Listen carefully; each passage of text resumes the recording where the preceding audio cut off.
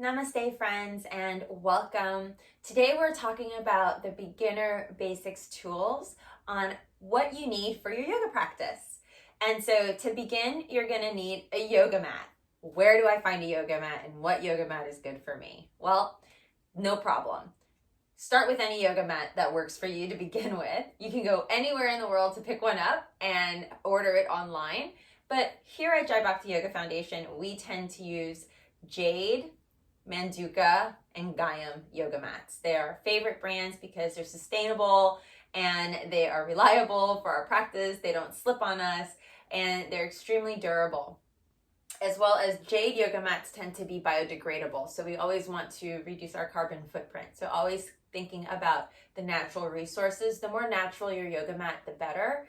And you also need to understand the different thicknesses of yoga mats.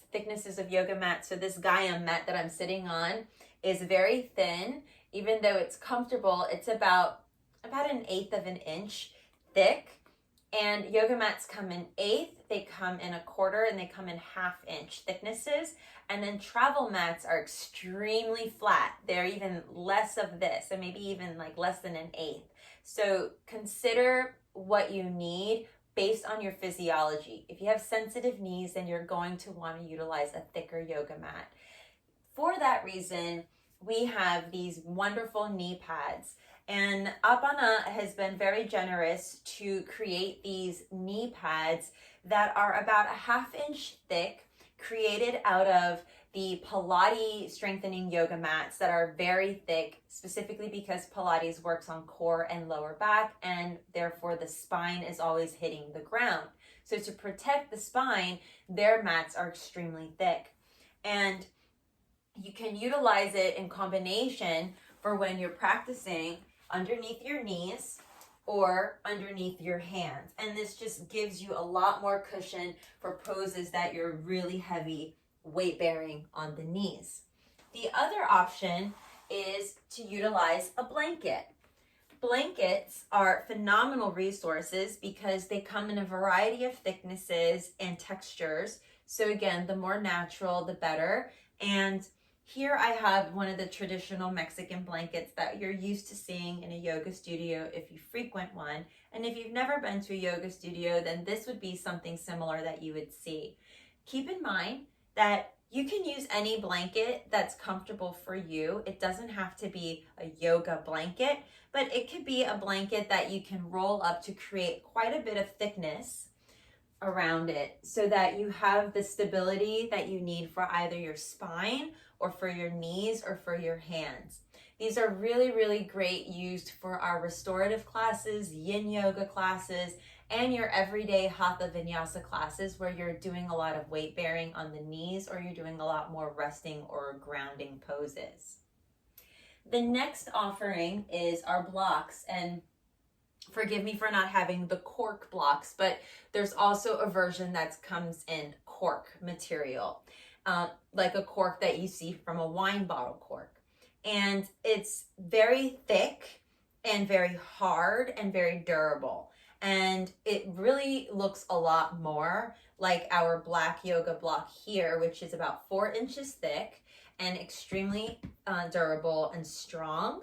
These are from Gayam, and this foam block is very soft, so it's very forgiving for the joints. If you want to roll your forehead from side to side, for sitting on, for prolonged periods of time in meditation, as well as for placing your hands on the block and giving yourself that stability that you need with more comfort. The cork blocks are really, really sturdy, so they're really great to use in restorative yoga because we do a lot of building with our bolsters, which we'll get to in a second. The pink block, and to preface, you don't have to buy a pink one and you don't have to buy a black one. All of these blocks come in a variety of colors, shapes, and sizes.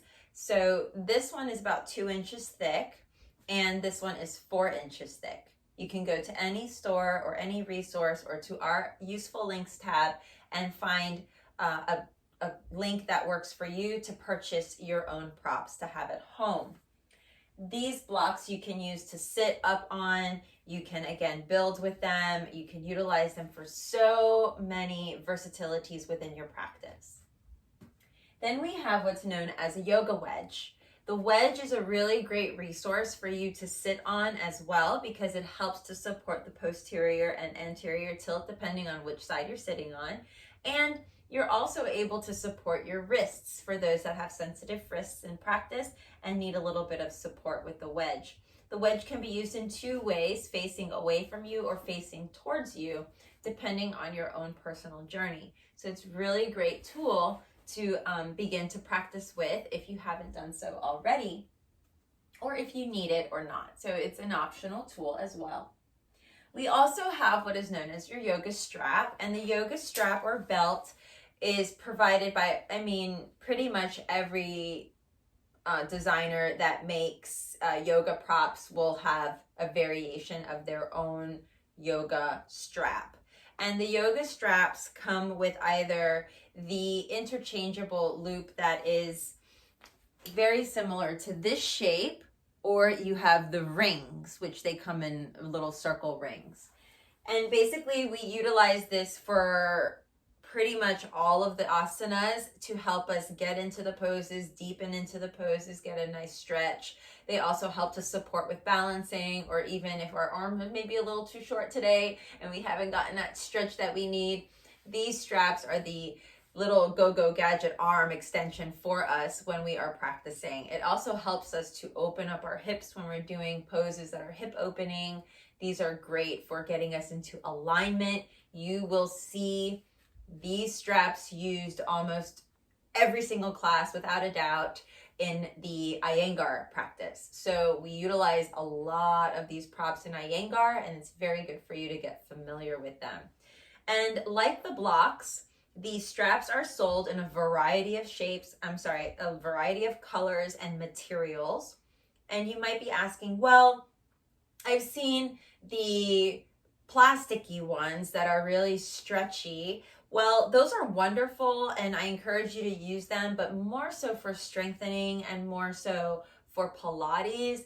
In yoga, specifically in Hatha yoga, we tend to utilize the nylon straps or the cotton straps because they're not very forgiving. They are intended to keep you in the alignment that you're supposed to be in and to actually serve a stronger purpose in maintaining that consistency and stability within the body. The rubbery ones are more for the endurance training, and they have a lot more flexibility to utilize for other functional fitness classes. And lastly is the bolster. And the bolsters as well come in a variety of shapes, colors, and sizes. They are also known as meditation cushions, which is probably half the size of this. And the bolsters, I personally enjoy using the rounder ones that are a lot longer, about 2.5 feet to 3 feet tall. And they are normally the width of the span of your yoga mat, if not a little bit bigger. And these ones come in a variety of shapes, and you can take the zipper off here, so you can open it up, take this cloth off and wash it, and then place it back over your bolster. And you can also, being that is said, you can also create your own yoga coverings, your own bolster coverings, and make this extremely comfortable for you. We use these bolsters mainly for restorative yoga practices, to elevate the knees. We use them in prenatal yoga.